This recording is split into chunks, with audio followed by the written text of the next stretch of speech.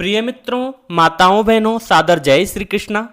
मित्रों, श्राद्ध पक्ष आ गया है जिसको पितृपक्ष कहते हैं और इन 15 दिनों में हम अपने पितरों के निमित्त श्राद्ध करते हैं और श्राद्ध विधि जो हमने पिछली वीडियो में आपको बतलाई है। और अब हम एक नए विषय को लेकर आए हैं और वह विषय है कि श्राद्ध पक्ष में अगर हमने गया जी में श्राद्ध कर दिया है या किसी दूसरे स्थान पर श्राद्ध जो है पिंडदान कर दिए हैं, उसके बाद श्राद्ध करना चाहिए या नहीं करना चाहिए। तो इस प्रकार के जो प्रश्न आपके दिमाग में आ रहे हैं उसी पर हम इस वीडियो में बतला रहे हैं कि अगर आपने गया जी में श्राद्ध कर दिया है तो उसके बाद भी आपको श्राद्ध करना चाहिए या नहीं करना चाहिए। इसलिए इस वीडियो को पूरा ज़रूर देखें।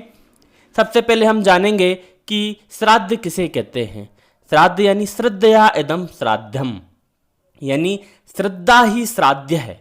आपकी जो पूर्वजों के प्रति जो श्रद्धा है उसी को हम श्राद्ध कहते हैं। यानी आप जो उनके निमित्त तर्पण करते हैं और भोग लगाते हैं, यही तो आपकी श्रद्धा है, यही उनके लिए श्राद्ध है।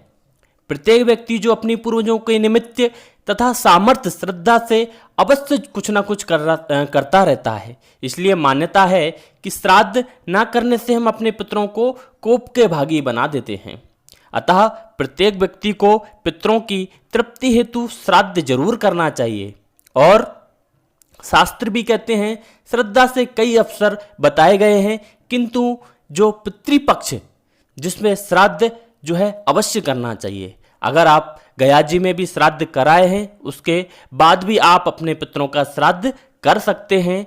इसी प्रकार श्रद्धा संगम तट, तीर्थ स्थान एवं पवित्र नदी के तट पर जाकर बहुत महत्व होता है अगर आप श्राद्ध करते हैं तो।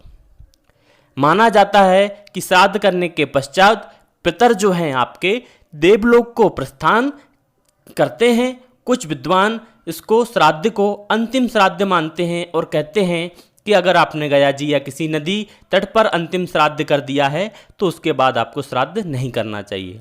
ऐसा नहीं है। शास्त्र कहते हैं कि श्राद्ध के पश्चात भी आपको उसको ब्रह्म कपाली में श्राद्ध करने का विधान है। और शास्त्र में वर्णन है कि प्राचीन काल में जहाँ ब्रह्मा जी का सिर गिरा था उस क्षेत्र को ब्रह्म कपाली कहा जाता है। गया में श्राद्ध करने के उपरांत अंतिम श्राद्ध ब्रह्म कपाली में किया जाता है। परंतु यह भी एक प्रश्न है, अगर हमने ब्रह्म कपाली के में भी अगर श्राद्ध कर दिया है तो उसके पश्चात भी श्राद्ध करें। हाँ, तो मैं कहूँगा आपको श्राद्ध करना चाहिए। हमारे शास्त्रों में श्राद्ध क्षेत्रों का वर्णन तो है ही, और उसके बाद अगर आप इन सब क्षेत्रों में आपने श्राद्ध कर दिया है उसके बाद भी आप अपने पितरों का निमित्त जो है तर्पण ब्राह्मण भोजन कराना बंद नहीं करना चाहिए। केवल उनके निमित्त धूप छोड़ना भी बंद नहीं करना चाहिए, है ना। गया में श्राद्ध के उपरांत ब्रह्म कपाली में श्राद्ध किया जाना चाहिए। ब्रह्म कपाली में श्राद्ध करने के उपरांत तर्पण व ब्राह्मण भोजन बाध्यता समाप्त नहीं होने चाहिए। लेकिन शास्त्र का स्पष्ट निर्देश है कि अगर ब्रह्म कपाली में श्राद्ध करने के उपरांत भी पितरों के निमित्त तर्पण व ब्राह्मण भोजन अमान्य दान किया जाते रहना चाहिए। इसलिए हम इस वीडियो के माध्यम से आपको बतला रहे हैं कि श्राद्ध जो है पितरों के निमित्त जरूर करना चाहिए, क्योंकि पितरों को यही आपको आशीर्वाद देंगे। वैदिक परंपराएं भी यही कहती हैं कि हिंदू मान्यताएं भी यही कहती हैं, सनातन धर्म भी हमारा यही कहता है कि आश्विन कृष्ण पक्ष प्रतिपदा से जो श्राद्ध पक्ष चालू होता है अमावस्या तक ये पितृपक्ष कहा जाता है।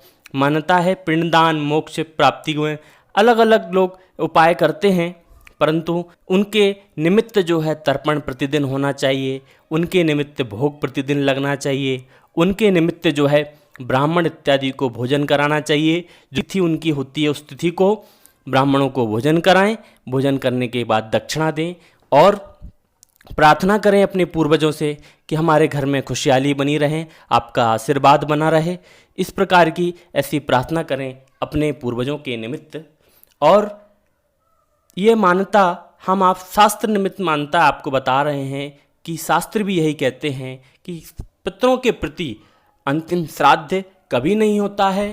श्राद्ध जो है हमेशा उनके प्रति तर्पण करते रहना चाहिए, श्राद्ध करते रहना चाहिए, ब्राह्मण कौओं इत्यादियों को भोजन कराते रहना चाहिए, जिससे आपके जो पूर्वज हैं वो प्रसन्न रहें और आप पर उनका पूर्ण आशीर्वाद बना रहे।